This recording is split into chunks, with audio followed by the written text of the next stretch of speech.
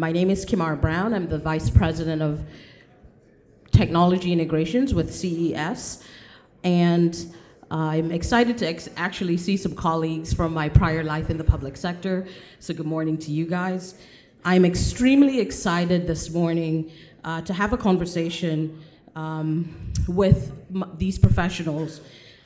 As we've seen over the last decade or so, specifically in the last 5 years, that the state of Florida specifically has been really intentional about technology, integrating technology into the day-to-day operations of how we conduct business, and more importantly, how we deliver services to residents, businesses, and folks that choose to whether live, play, and invest in the state.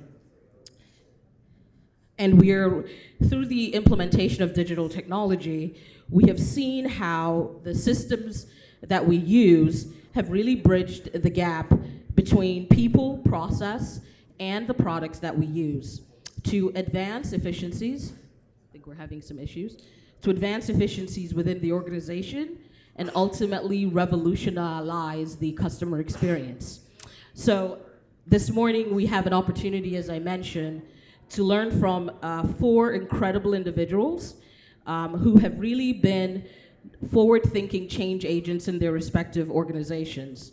At this time, I'd like to give them an opportunity, starting for wherever you're comfortable with, to introduce themselves and to explain a bit about their roles within the organization. Good morning. My name is Dan Zhu, Chief Climate Officer with City of Gainesville. I'm a double Gator, graduated from University of Florida with a Master in Architectural Studies and a PhD in Urban and Regional Planning with a focus on environmental science. Glad to be here. Go Gators. Good morning, everyone. My name is Jessica Marin. I work at Miami International Airport, and I'm the Innovation Chief. So I work for, you saw my boss today, Maurice Jenkins. And my focus, my focus is on passenger experience. I'm a Panther, FIU, and a Hoya, so go Georgetown. Good morning, my name is Gabrielle Dreiss. I work with Broward County Resilient Environment. I am the GIS manager for Broward County. I am also a Gator. Of course, you were probably all in diapers when I was in school, but happy to see you. Hello, I'm Scott Morrow, the Director of Public Works for the City of San Antonio, the bustling community of East Pasco County. We have around 1,500 residents, so very small. But we are implementing a lot of technology into the development of the city. All right, thank you guys. So let's dive in. First and foremost, I'd like to get your opinion on when we talk about digital transformation in your respective areas, what are we really talking about, right? We know that it's a buzzword in some instances, but can we put some definition around digital transformation and what it means within your organization? So when I think digital transformation, when I first started with the county, we were using paper inspections, and that's how we did everything. And one of the first things that we did, and we won the NACO award for in 2001, was do e-inspections. It's about taking it away from a paper process to a more people process, to making it more efficient, to making it more transparent. Scott? I know you have an interesting story, so share. So our story is the city of San Antonio. When I first got there 3 years ago, I moved from the city of Tampa. I was the chief maintenance engineer for the Tampa Convention Center. So I had a lot of technology at my fingertips to use. Moving from there to a town that's still in the 70s, as it is, with paper everything, bringing technology into our community was a different approach that I had to take anywhere else that I worked. So it's more of a cultural change to bringing in technology than it is actually bringing the technology in and finding what resources work the best for our situation. So that's just been my goal over the past 3 years, is bringing in networking. I've got software coming in for customer engagement, GIS mapping. I've got all kinds of good technology coming in to help us grow as a city. Because if we don't grow, we're gonna die. That's just the plain simple truth to it. The smaller communities, if you don't grow with technology, you're not going to exist anymore, because the technology is advancing so fast and so rampant that we have to get at least into the 2000s to make any kind of sustainable goal of being around. So that's my perspective on it. And Dan, when we talked late last week, you raised a very interesting point regarding the city of Gainesville and how you guys are partnering with higher education institutions, specifically UF, and in essentially looking at opportunities to create efficiencies within the day-to-day sphere of the city of the city of Gainesville. I have a lot of experience in the permitting space, so I'd love for you to share with us how is Gainesville, through their coordination with UF, looking to move the needle forward in expediting, the time it takes for plan reviews. Yeah, so first, a little bit background about Gainesville. We are a town with 140,000 populations, and we have University of Florida and also Santa Fe College. So that contributes a lot to our population in town. So during the summertime, when we don't have much student in town, we actually feel very empty, and the traffic is amazing during that time. So back to the collaboration with UF. We are very proud that UF is the #1 AI university in the nation, and they offer over 200 curriculum courses related to AI, and also they have applied technology into their all curriculum. So a part of that process, back to 2017, city adopted a new permitting system in which that we teamed up with UF doing research to see how we can implement AI to help improve the work efficiency. So during that time, only building department was involved in training the software in terms of reading the code language and generate the code compliance report. And that takes consistently 3 years straight. We meet every other week. And then after that, we expanded to planning projects, which we will team up our planners with the software and developers, which they are UF faculties and staff, and also students. And then we would train the software with the planning projects. And then after that, once a customer submitted a project to the web portal, it will generate a report. Usually it takes about 24 to 48 hours. In a typical review, it would take about a week or even a year. So we are going from a week to a year with the introduction of, what is the tool's name? Auto Review AI. So Auto Review AI has facilitated the reduction of reviewing plans based on the existing code from a week, a year, to 24 to 48 hours. That's fantastic. Now, let's talk about the introduction of that tool to the city of Gainesville and what that meant for the day-to-day employees. How did they adopt to that technology, or even the idea of we're moving from a very human-centered engagement where the reviewers are reviewing, and once it's approved, they get to stamp their plans, and now we are putting it in the hands of the AI tool. So let's talk a little bit about the journey through that change. Yeah, so first and foremost is the leadership support, which is very important. And the second approach is the staff buy-in, which are the permit expediters that we need to have a transparent communication. So it's important to let staff know AI is there to help improve our work efficiency. The intention is not to replace our job. The last but not least is to have started with a pilot department or pilot project in a way to demonstrate why this is more efficient. So actually in one of our demo, the program able to run a compliance report within just a couple seconds. But the complexity of the project varies. So usually it takes about a day or two.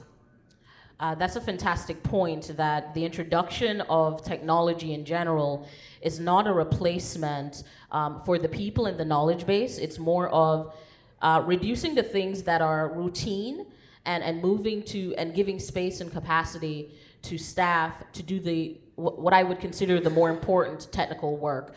So Gabby, when we talk about Broward County, I'm a resident of Broward County, and one of the things that, recently I wanted to do a renovation in my home, and I said, okay, do I need to go to Broward and Pompano Beach to do my permit? And we all know what that runaround could look like. I call Broward County and they're like, no, you don't need to. We have a one-stop shop. And I was completely blown away. So can you talk to me about how, similar to Dan, how Broward County has worked with their stakeholder partner municipalities in really ushering efficiencies, not just within the entity, but well beyond? Hello. Okay. This initiative started with us, we call it e-permits, and it started in 2013. And we had meetings with all of the cities, that includes city managers and the county commission. And we were like, how do we make this easier for the constituents? Because prior to 2018, you did have to go to multiple areas. And you always had to come to Broward County because you had impact fees and you had to look at environmental issues. And so one of those things was to first, we were our own guinea pigs. We created this, what does it look like when and not only do you not have to physically come in, you can also do it online. And one of the things that we looked at was, what would we require? We even went as far as going to the state and changing some of the regulations and getting the state's buy-in so that you didn't physically have to come in and give us your stamp. We can accept digital signatures, we can accept digital stamps. So once we did all of that and then kind of like streamline the regulations, then we can go to the municipalities, because some of the same hurdles we had, they had. And that so then by then, since we were our own guinea pigs, we had our own best practices as well as what were the pain points, we were able to deploy it. So right now, 26 of the 31 municipalities have adopted it. That's fantastic. One of the things that I hear through the conversation so far is the reliance on not only the technology, right? It's not only about the tool, but rather it's the collaboration, it's the communication, and it's really a combination of all those elements that affords us a true digital transformation, right? So emphasis on transformation, and then digital is I want to call it the channel that gets us there, right? So Jessica, one of the things that in my research, I heard your boss, you mentioned Maurice earlier, he talked about, on a daily basis, you guys have 190,000 folks essentially trafficking through the airport. On an annual basis, just for the data, right, it's well over 50 million. In my mind, I couldn't even imagine what 50 million people going through an airport, domestically or internationally, looks like. And for anyone who travels, we've seen progressively a move to now we can check in via kiosk, we can check in remotely. TSA pre-check, for those who have adopted it, is a big deal, right? If I don't see the pre-check stamp on my boarding pass, I have a mini meltdown. So where is the airport looking to go next to essentially relieve the traffic and the flow of folks? Because I know that there are plans to expand to include additional airline carriers. What is the future of traffic flow, and how are we using technology to help reduce that? That's a great question. Like Maurice said, January 6th, 190,000 passengers easily. And we have a great problem because every month we're seeing more and more passengers. So what really we try to focus on is the passenger experience, because the passenger experience is what feeds innovation. It's what feeds that digital transformation. But the first step, right, and one of our biggest chokeholds that we have at the airport are the checkpoints. And I know no one here likes to wait in line, more than 10 minutes, because 10 minutes feels like an hour when you're at an airport. So one of the things that we are focusing on right now, an RFP is going to go out on new technology for the checkpoints. This will help increase about 20 to 30% efficiency, because at the end of the day, you can add more TSA agents. We can set people from our airport there to help with queuing, but it's only as good as the equipment that we have to process those passengers. So with this new equipment that we get, that 20-30% efficiency is gonna get down your time of waiting more and more, relatively down. Something else that we have at the checkpoints are the queue analyzer. I'm sure you guys have seen it, and every airport has it now, which is just tells you how much time you have to wait for. But what we want to focus on is more being predictive, because at that point, you're just telling the passenger what you have at the current moment. So we're engaging in a pilot to check new technology, LiDAR, 3D, to see what would be the most accurate and tell us and predict when that line is about to reach a certain point or what time of the day, so we could partner with TSA and let them know, and then we could properly orchestrate, where to lead the passenger. We've also engaged in a pilot, I'm not sure you guys saw, about a year ago with virtual queue. This is relatively new technology that I think it's gonna be one of those things that are gonna be really successful in the future, but the passenger hasn't gotten there yet. And with virtual queue point, it's just basically reserving your spot in line. So the airport's also looking at this, because I think the passenger needs to get there, and there needs to be a little bit of an educational curve for that to exist. Another item is basically self-baggage drop, right? If you could just do it yourself and leave your bag, then you can just go ahead and go through the checkpoint right away. So these are the few technologies that we're trying to work around. Obviously, we have to keep in mind with the current real estate that we have, the airport does have 11 checkpoints. It is a lot of checkpoints compared to other airports around the US. So we're trying to kind of mitigate that with technology, as well as looking at the customer experience and how we can improve that ambiance, because if you do have to be there, at least it'll be a nice time while you're there. Scalability is an interesting point when we talk about digital transformation, right? So an airport sees 50 million people on an annual basis, but within our government centers, we are also looking to reduce traffic and putting the information, putting systems and processes online to essentially relieve the burden for folks to walk in. So for Scott, do you foresee, recognizing that you have a population of about 1,500, do you foresee yourself at some point maybe leveraging what MIA is looking to do, maybe not at that scale, but to help create a complete seamless experience for the customer? Is that something that you guys would explore? It's actually something we're exploring now. So our rollout of our online profile for every resident and for the city is going to be rolling out hopefully the end of this month, maybe beginning of March. It depends on when the software company gets all that integrated from our old billing software, so we get all of our residents' addresses and all their data into the system. But it also opens up portals for them to do active engagement. So if they see a pothole or a sign's down, they can pin that on the app and put in a service request, or let us know that there's something going on with the streets. Not only that, if there's a water leak, if they want to see what their water usages are, and a complete engagement for the residents. Instead of having to come down to City Hall and talk to us, and maybe the water clerk's not there and they don't get their question answered, this portal will help them see all the information that they're most likely going to ask for.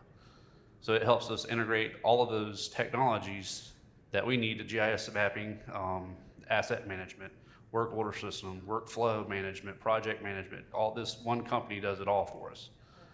It's on a smaller scale, because we don't need, at this point, we don't need all the AI and all that stuff yet.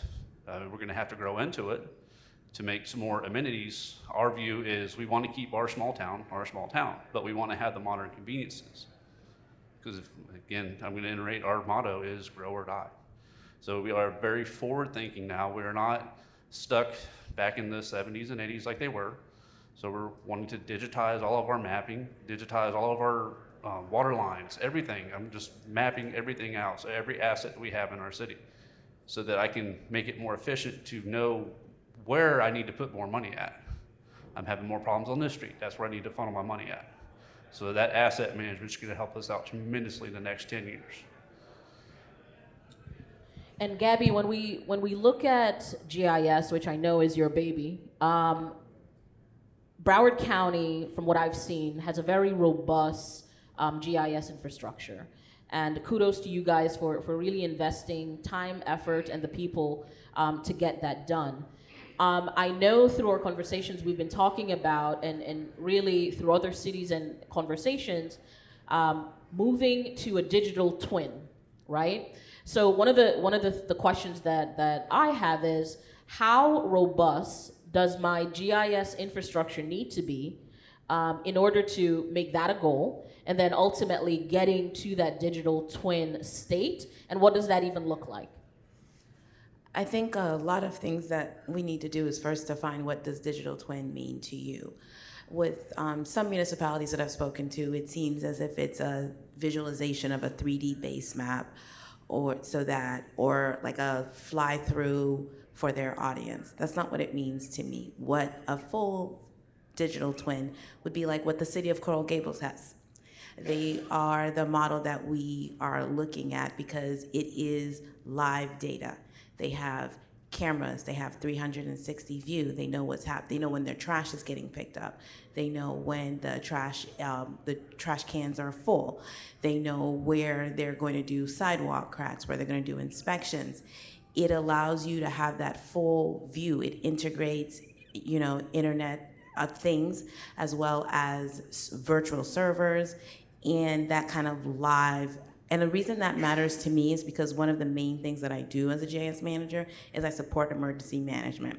And I never feel as blind as I do during an activation because a lot of my data is disconnected. It's not integrated the way that I would like to. So I feel like we're on our way based on the fact that we do have a lot of the visualization. We have a lot, we know where the assets are. What I'd like is to integrate our databases and our servers to speak to each other, because each of my business agencies knows what's happening in their shop. We just don't know what's happening in each other's shop. And I feel like if that happens, then that's a true digital twin and not just a visualization. The visualization part, we've got that down. I guess technically we could say we have a digital twin, but that isn't what I consider that. And we are robust, and I will say the county does invest, as well as my director is also the Chief Innovation Officer for Broward County. So I'm lucky in that point of view.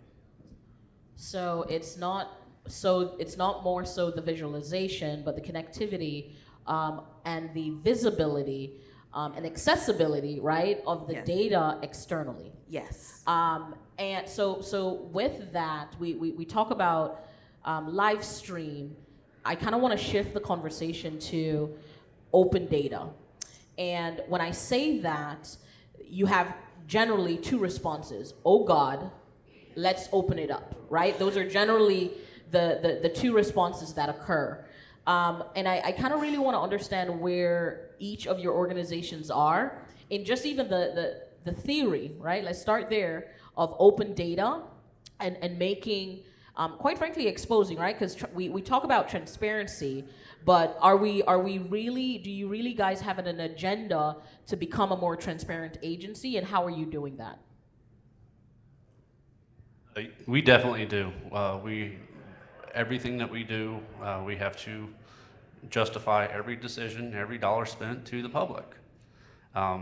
As far as Freedom of Information Acts, stuff like that, with this new software, we're going to be able to collaborate all that information they need efficiently and send it to them via email or other forms. We are as transparent as we can be.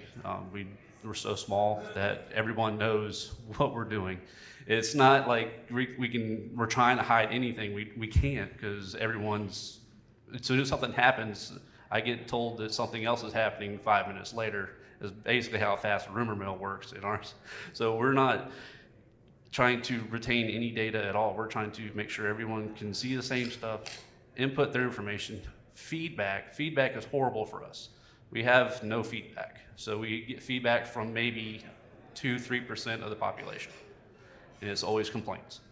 So with this technology, we can hopefully bridge in more communication with the public to get better feedback to, hey, what do y'all want? What do you want in the parks? What do you want to have the streets look like? What do you want downtown to look like? We just need that engagement. We're not really getting it because we have that bridge of, oh, well, you gotta go inside and pay with check, cash, or money order right now for your bill. So we're not having that true engagement with technology and everything with everybody else as everyone's looking at their phone. If they can send an email faster or an app and send them a request, it's more likely to have that impact. So similarly, in Gainesville, we have open data portal called an Open GNV. GNV stands for Gainesville. And in addition to that, we have a dashboard, which, for example, let's say right now our climate action plan is in developing. Our focus area are on the energy use, transportation, waste, local government operations. So all this kind of information is available on the dashboard. And usually students and faculty, if they are in need to do some additional research on specific area, we will be able to provide support. If the data is not available there, we will help them either to fill out the survey or help them to collect the data to the best we can.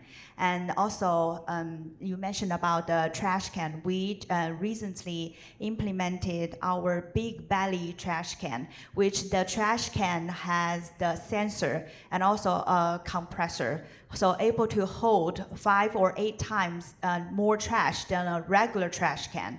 And also has a solar panel on the top. Whenever the trash can is full, able to send out a signal to the zero waste team to tell the trash pickup team that it's ready to be empty. So that really significantly reduce the carbon emission from transportation just by going to those trash can locations. And similarly, with our zero waste implementation, we adopted our zero waste back to 2019. So in 2018, our city committed to zero waste by 2040, and a lot of numbers there. And so part of that approach is that we are in the process creating a food waste collection system.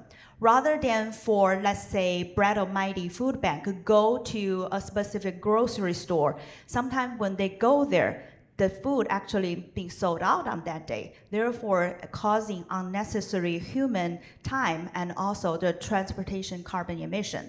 So trying to bridge that gap, we are working with a company that's trying to collect all that information. For instance, if you have a bakery store that you have an additional leftover donut has been sold out on that day, you post it on that portal, and then our team will know when to send out a pickup team.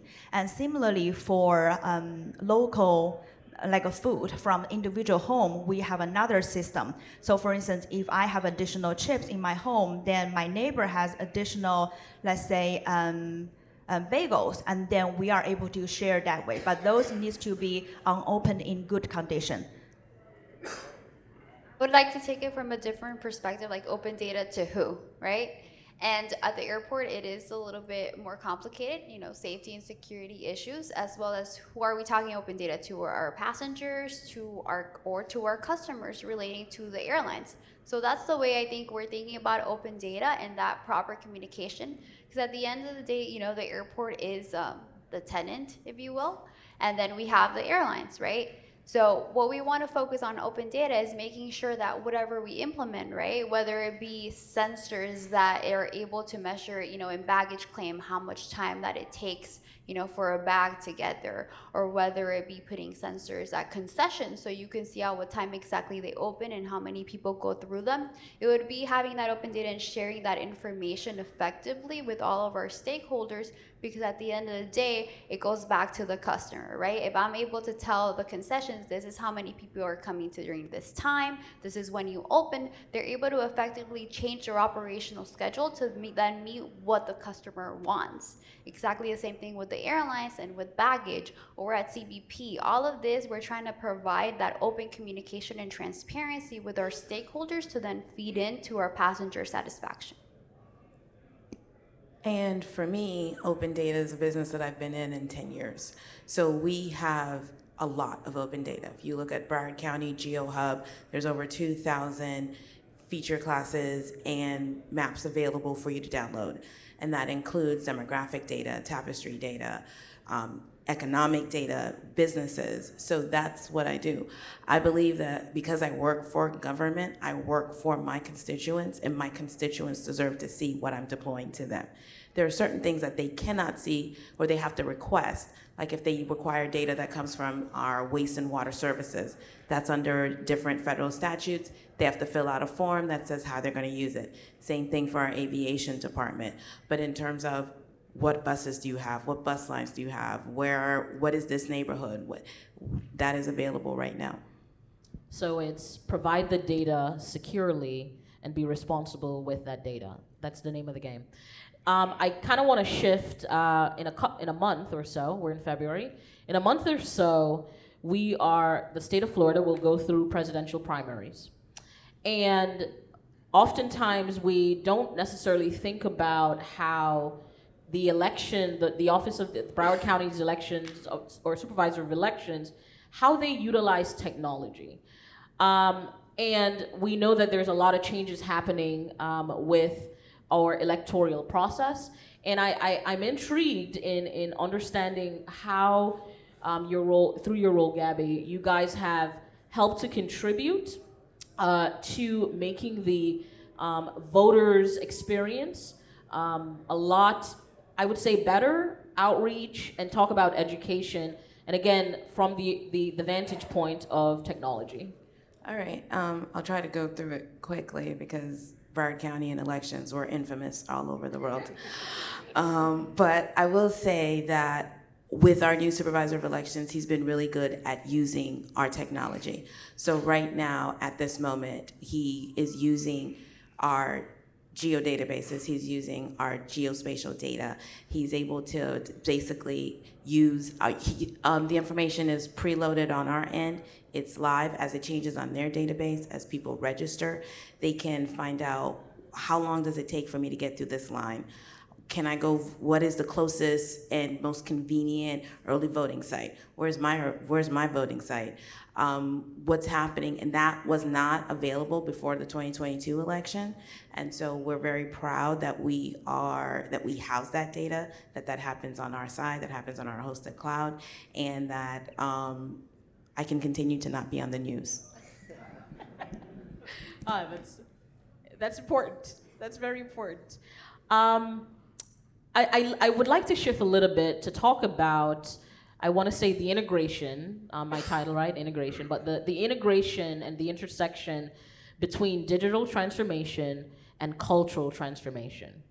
When we again, we talked a little bit about it earlier, when we talk about the technology and the tool, sometimes, right? I think you guys have done a phenomenal job in really being inclusive in the process and the people, but sometimes organizations think secondary about the people and the culture of the organization and its readiness for, the digital move. Can you talk to me about how you guys have really prepared and been intentional about change management as you implement your different digital initiatives? So our innovation division is actually relatively new. More recent, our director started in a year ago, and I think that is the first part to getting a cultural change, right? Because you now have a team of people who are solely focused on innovating and helping with that digital transformation to your day-to-day. And we agree. I think culture, pretty much the way that we see it, is imagine an apple tree, right? You have the soil, that is the culture, right?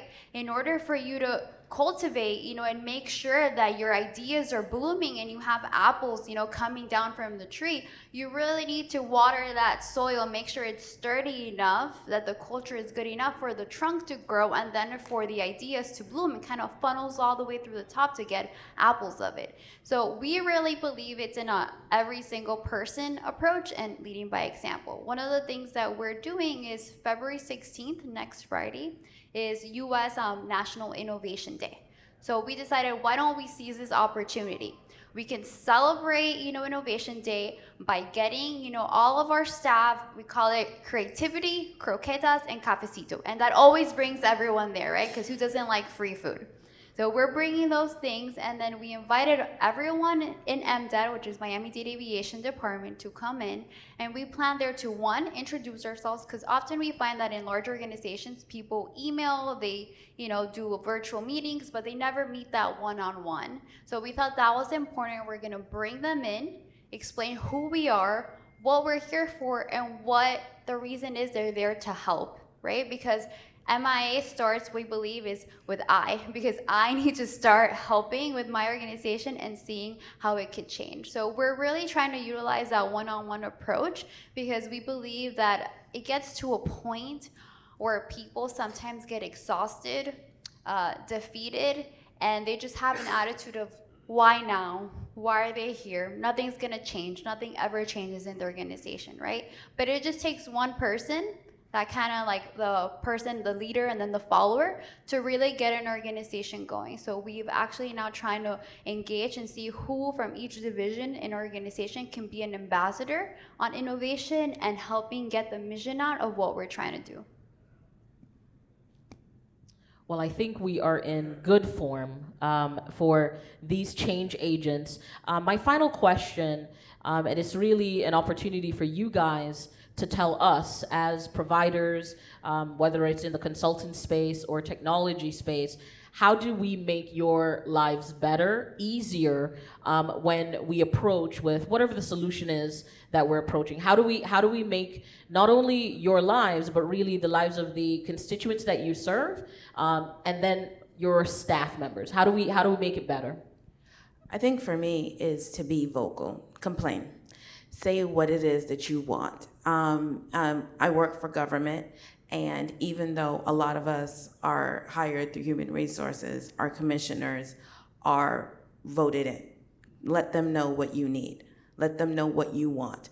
Because if it's an initiative for them, if it's a priority for them, they will make sure we get it done.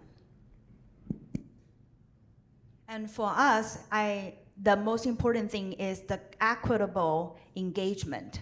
Everybody's voice matters in our process. So in a way to ensure that we can continue having collaborations with great agencies and great universities out there to implementing the cutting edge technologies.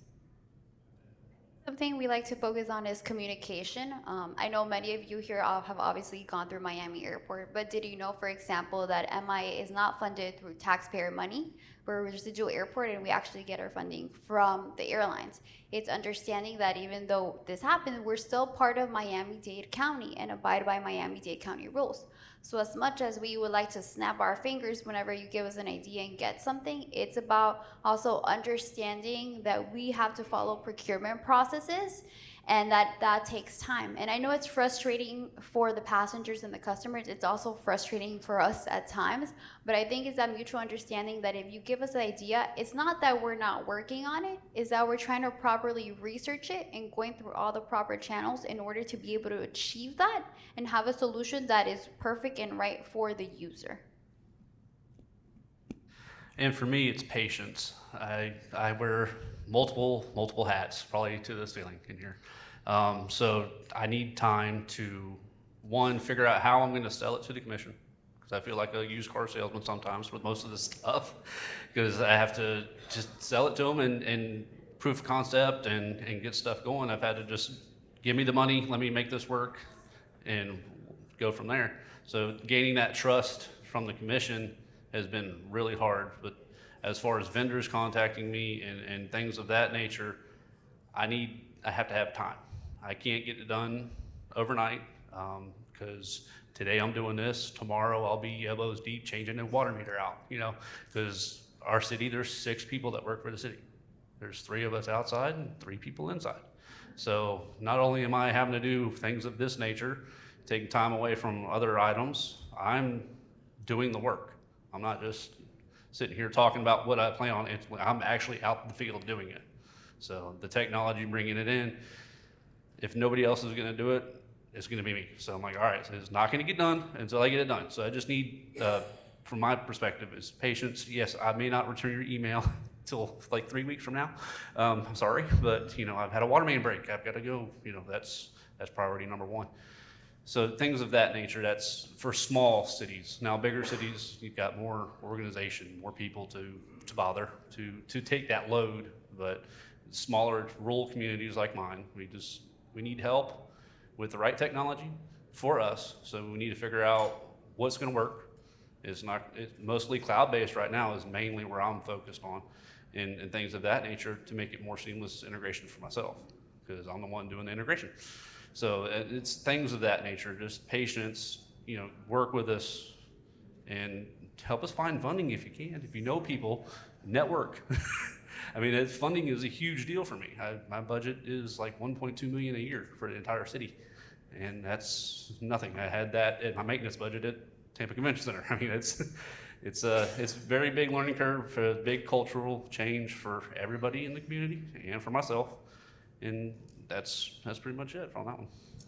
Well, I would like to thank the listeners, the participants, but more so I would invite you guys to really give a round of applause to the doers and the change agents that are doing the work on a day-to-day basis. Thank you so much for the work that you do.